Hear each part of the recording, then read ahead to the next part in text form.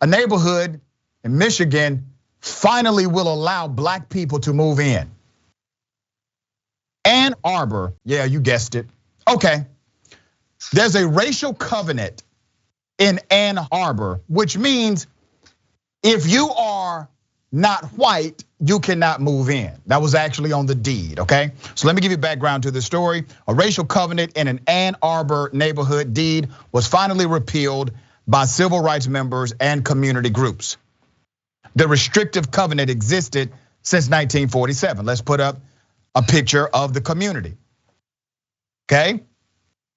Now, you may be thinking, wow, Doc, that seems really, really unnecessary, right?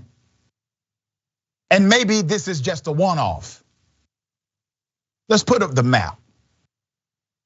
You see, in the county, all of those sections that you see that are orange actually have racial restrictive covenants for their communities. Isn't that something?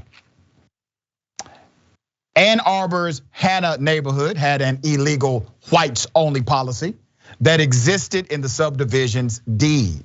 Now, here's why this is important. It was in the deed of the subdivision. The subdivision dates back to the 1940s.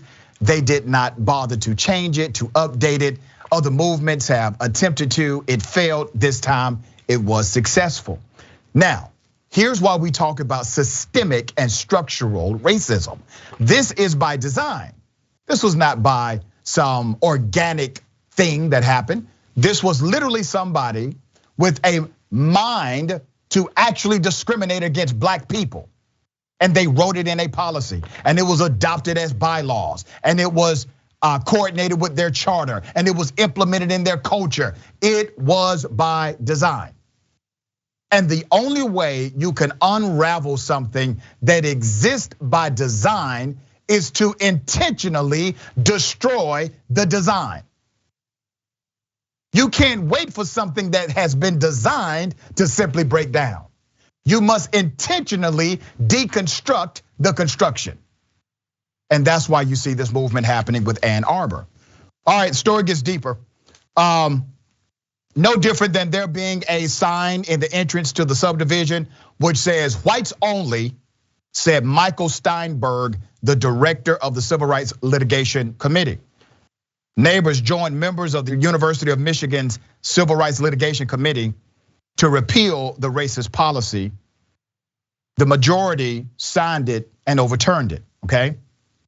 It's time that we examine our past, examine how past practices have shaped our community and continue to shape our community and have impacted our residents, said Erica Briggs, an Ann Arbor City Council member.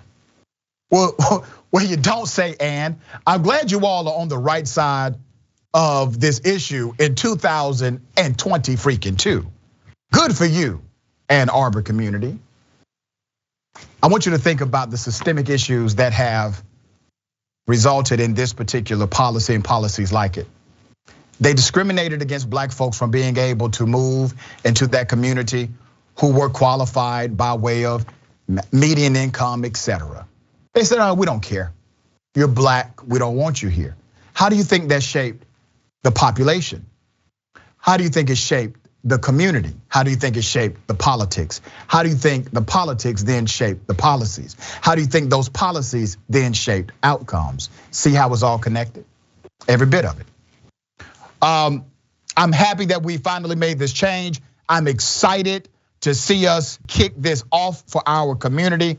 Briggs said, I hope by the end of 2022 that we can see these restrictive covenants are gone across our city because they have many more, as I just demonstrated. We see this as an opportunity for neighborhoods to really affirm their values and to communicate that we are reckoning with this history. We're not erasing it. We are affirmatively stating all are welcome, said Nina Gerdes, a University of Michigan student attorney.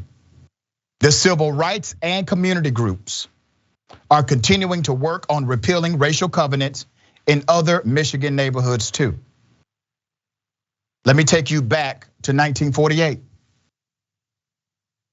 Shelley versus Kramer in 1948, US Supreme Court case held that restrictive covenants in real property deeds, which prohibited the sale of property to non-Caucasians, they said it's unconstitutional, that it violated the equal protection provision of the 14th Amendment. Now here's one of those instances where there's a policy, the Supreme Court ruling, let's call that a policy. That policy should have been universally adopted by every covenant community agreement in the United States of America. It's called reciprocation. But you see, culture ate that policy alive. See how that works? Culture eats policy any day of the week. The actual implementation of fairness may not be reflective of what's on paper. Attorney, what are your thoughts on this? I agree. So this was left in the covenants, even though it became illegal after that Supreme Court decision. It became unenforceable. So I think here what I see what really matters is that words matter, right? We wouldn't be doing this, you wouldn't be doing this if what we say, how we communicate doesn't matter. So when these became illegal in 1948, a year or two after this was even adopted, the subdivision didn't change their language. And I'm sure many subdivisions around the country, you highlighted a bunch in Michigan, but this was nationwide, didn't change their language. And so they were still communicating that they wanted whites only. And that's what's so important. Even though it became unenforceable, they left it on their books. And that's a very strong message. People understand what they want. It's so good they are taking this off, even if it's been unenforceable for years, because it's also now a form of education for people to realize, hey, this was probably a really great new subdivision that at the time was limited to whites only. This is how progress was limited in our country. And it's good for people to know if they don't know how this happened. Yeah, it was a racist subdivision created by a racist architect who said, okay, if you're racist, you can move here because our covenant says black people cannot. Now here's the other part. This is equivalent to, let's say, a restaurant still having a whites only sign. We know that's not legally enforceable, but technically they can put up a sign that says that and be covered under their freedom of speech and expression, as long as it is not enforced. So imagine being a black person walking up to a restaurant that still has a whites only sign, and they say, oh no, we just keep that around because that was one of the first signs we had when we established this store. See, it still shapes the culture of who goes to that restaurant if you do things like that.